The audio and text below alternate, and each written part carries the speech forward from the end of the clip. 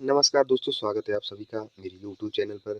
तो आज मैं दोस्तों आपको बताऊंगा कि डीआरडीओ का फॉर्म फिलअप कैसे करें, क्योंकि आप सभी जानते हैं कि डीआरडीओ में काफ़ी सारी वैकेंसी निकली है, टेक्निकल और नॉन टेक्निकल दोनों के लिए।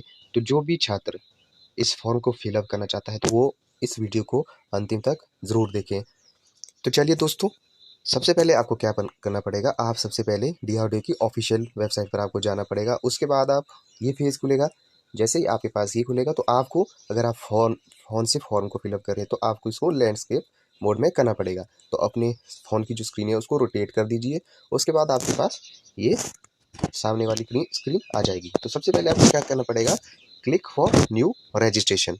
तो अगर आप पहली बार डीआरडीओ की फॉर्म साइट पर आए हो तो सबसे पहले आपको इस पर क्लिक करना पड़ेगा, क्लिक फॉर न्यू रजिस्ट्रेशन। उसके बाद आपको वहाँ पर अपना डाटा डालना पड़ेगा। तो आपको क्या मिलेगा, वहाँ पर एक आईडी मिल जाएगी। तो उसके बाद आपको क्या करना पड़ेगा, उसके बाद आप जो भी आपकी यूज़र आईडी है उसको इस जगह पर फिलअप कर दीजिए। जैसे कि मैंने पहले ही ऑलरेडी बना के रखी है, तो मैंने यहाँ पर फिलअप कर दी। और उसके बाद क्या करना पड़ेगा, आपको यहाँ पर जो भी कैप्चा है उसको डाल के आपको सबमिट करना पड़ेगा। तो उसके बाद आप क्या करेंगे, आप नेक्स्ट पेज पर चले जाएंगे।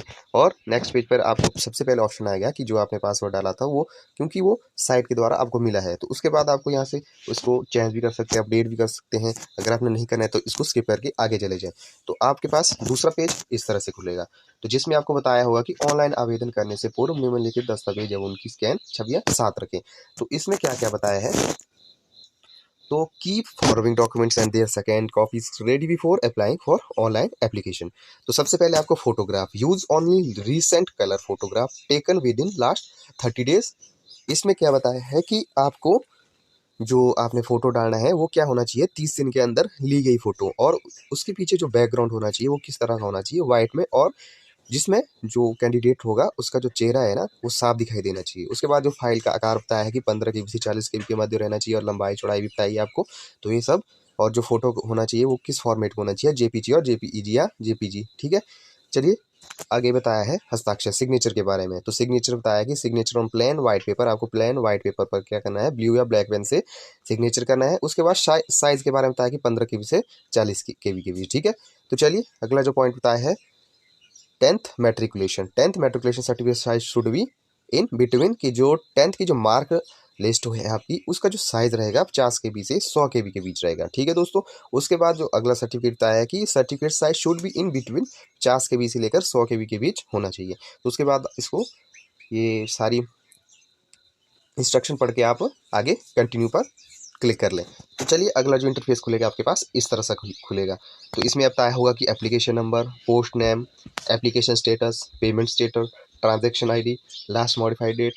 तो यहाँ पर जो भी आपके पास जो बताया है, ऑप्शन दिए हैं, ये आपको करने के बाद आपके पास सारा आ जाएगा। लेकिन आप न्यू कैंडिडेट है, पहली बार डीआरडीओ के फॉर्म फिलअप करें, तो आपको क्या करना पड़ेगा, सबसे पहले आपको न्यू, इस जगह पर, इस न्यू एप्लीकेशन पर क्लिक करना पड़ेगा। तो उसके बाद अगला जो इंटरफेस खुलेगा आपके पास इस तरह से, देखिए इसमें लिखा है रजिस्ट्रेशन, बेसिक पर्सनल क्वालिफिकेशन, आपकी पोस्टिंग प्रेफरेंस की आपने पोस्टिंग कहाँ के लिए प्रेफर करना है, उसमें कि आपने इस जगह के लिए सबसे पहले प्रेफर करना है, उसके बाद दूसरी जगह बतानी है। उसके बाद आपके डॉक्यूमेंट्स, जो जो डॉक्यूमेंट्स आपके लगेंगे उसके बाद रिव्यू कर लिए एक बार फिर से।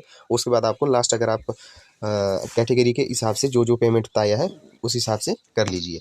चलिए देखते हैं, पहले क्या लिखा है, पोस्ट। पोस्ट में बताया है आपके पास सीनियर टेक्निकल असिस्टेंट और टेक्नीशियन। तो देखते हैं सीनियर टेक्नीशियन में, टेक्निकल में क्या क्या है। उसके बाद agriculture, automobile engineer, botany, chemical engineer, chemical, civil engineer. इसमें दोनों टेक्निकल और नॉन टेक्निकल फॉर्म भर सकते हैं। देखिए, mathematics, physics, painting technology, psychology, जिस इसने इसमें फॉर्म फिलअप करना है वो देख लिया अपने हिसाब से। उसके बाद आप चूज कर सकते हैं टेक्नीशियन, जो कि आईटीआई वालों के लिए स्पेशल रहने वाला है। देखिए, एक सुनहरा मौका है आईटीआई वालों के लिए जो 10th विद आईटीआई कर रखे हैं। ये देखिए, automobile, book binder, carpenter, CNC operator, COPA, draftsman, DTC operator, electrician, electronics, feature, grinder, mechanic. इस हिसाब से अलग अलग ट्रेड वालों के लिए अलग अलग पोस्टें निकली है। तो उसके बाद आप देख सकते हैं कि अगर आपने ऑटोमोबाइल कर रखा है तो उसमें फिलअप कर लिए। मान लीजिए इलेक्ट्रिशियन का है तो इलेक्ट्रिशियन यहाँ पर फिलअप कर लीजिए। उसके पास क्या लिखा है कि क्या आपके पास डीआरटीसी एडवर्टाइज के अनुसार अनिवार्य शैक्षणिक योग्यता और अन्य मानदंड है। Do you possess the essential qualification requirement and other criteria as per, कि जो क्या है कि डीआरडीओ ने जो क्वालिफिकेशन मांगी है क्या आपके पास वो है या नहीं है। अगर नहीं है तो देखिए क्या बताते हैं, यू आर नॉट एलिजिबल, कि अगर आपके पास वो एप्लीकेशन क्वालिफिकेशन नहीं है तो आप एलिजिबल नहीं हो। तो आपको क्या करना है, आपके पास है तो आप यस कर सकते हो। तो चलिए आपके पास अगला क्या बताते हैं कि candidate of BE BTech MSc MTech PH, अगर आपने ये सब करके रखा है तो कर लीजिए, पास कर लीजिए, अगर नहीं है तो नो पर क्लिक कर दीजिए। ठीक है, अगला देखते हैं। अगले में आपको क्या बताया है कि आप किस कैटेगरी से, अनरिजर्व्ड हो, ईडब्ल्यूएस है, ओबीसी है, या फिर नॉन है, या एससी है, एसटी है। तो चलिए अपने हिसाब से अपनी कैटेगरी फिलअप कर दीजिए। उसके बाद आपको क्या करना है, यहाँ पर सर्टिफिकेट नंबर डालना है 10th का। तो चलिए डेट ऑफ इशू भी डाल देना है यहाँ पर आपने। तो अगला जो ऑप्शन आएगा, क्या आप दिव्यांगता धारित व्यक्ति है, are you a person with disability, अगर हाँ तो यस कर दीजिए, अगर नहीं है तो नो कर दीजिए। तो चलिए अगला देखते हैं। तो अगला इसमें बताया है do you belongs to orthopedically handy, इसमें आपके पास ऑलरेडी आ जाएगा, ये आपका बंद हो जाएगा जब आप यहाँ से नो कर देते हो। तो चलिए अगला देखते हैं, ये भी आपका सेम रहने वाला है। उसके बाद क्या आप अल्पसंख्यक समुदाय है, do you belong to minority community, अगर माइनॉरिटी कम्युनिटी से बिलोंग करती हो तो यस कर दीजिए, अगर नहीं है तो नो कर दीजिए।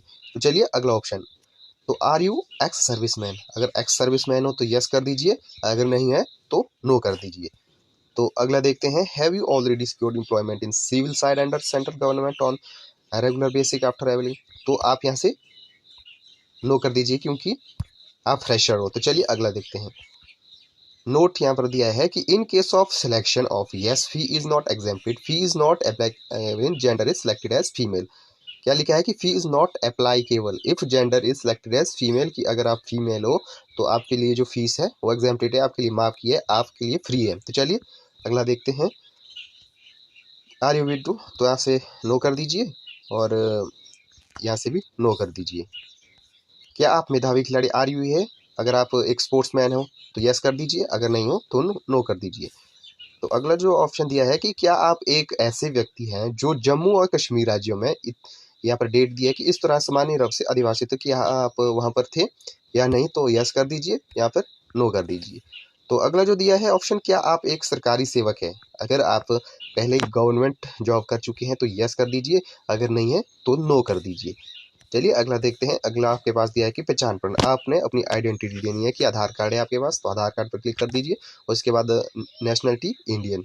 ठीक है, उसके बाद आपके लिए दिया है कि प्रत्यक्ष पहचान चिन्ह, विजिबल मार्क ऑफ आइडेंटिफिकेशन, की आपके जो चेहरा है उस पर क्या आइडेंटिफिकेशन, यहाँ पर मोल्स ऑन नेक है, मोल्स ऑन फेस है, कहीं भी है तो वो आप इसमें भर सकते हो। उसके बाद आपका शारीरिक माप पूछा है, फिजिकल मेजरमेंट पूछा है, कि आपकी हाइट कितनी है, 175 है सेंटीमीटर है, या फिर 180, जिस हिसाब से जो भी आपकी हाइट रहने वाली है वो आप यहाँ पर फिलअप कर दीजिए। और यहाँ पर उसके बाद शारीरिक माप, तो शारीरिक माप में भी क्या करना है आपने, अपना जो जितना भी आपका वेट है वो भी यहाँ पर फिलअप कर दें। उसके बाद परीक्षा शहर वरीयता, उसके बाद आप कि आपने कहाँ पर परीक्षा देनी है, फर्स्ट प्रेफरेंस देनी है कि मैंने मान लो चंडीगढ़ में देनी है, उसके बाद आपने दूसरा प्रेफर करना है आपने भोपाल में देनी है, ठीक है, उसके बाद आपने थर्ड देना है आगरा में देना। तो इसमें से प्रेफर करेंगे जो भी आपको, जहाँ भी आपने फर्स्ट प्रेफरेंस में देनी कि मुझे चंडीगढ़ में देना है तो आपको चंडीगढ़ में भी आ सकता है, भोपाल में भी आ सकता है, आगरा में भी आपका एग्जाम सेंटर आ सकता है।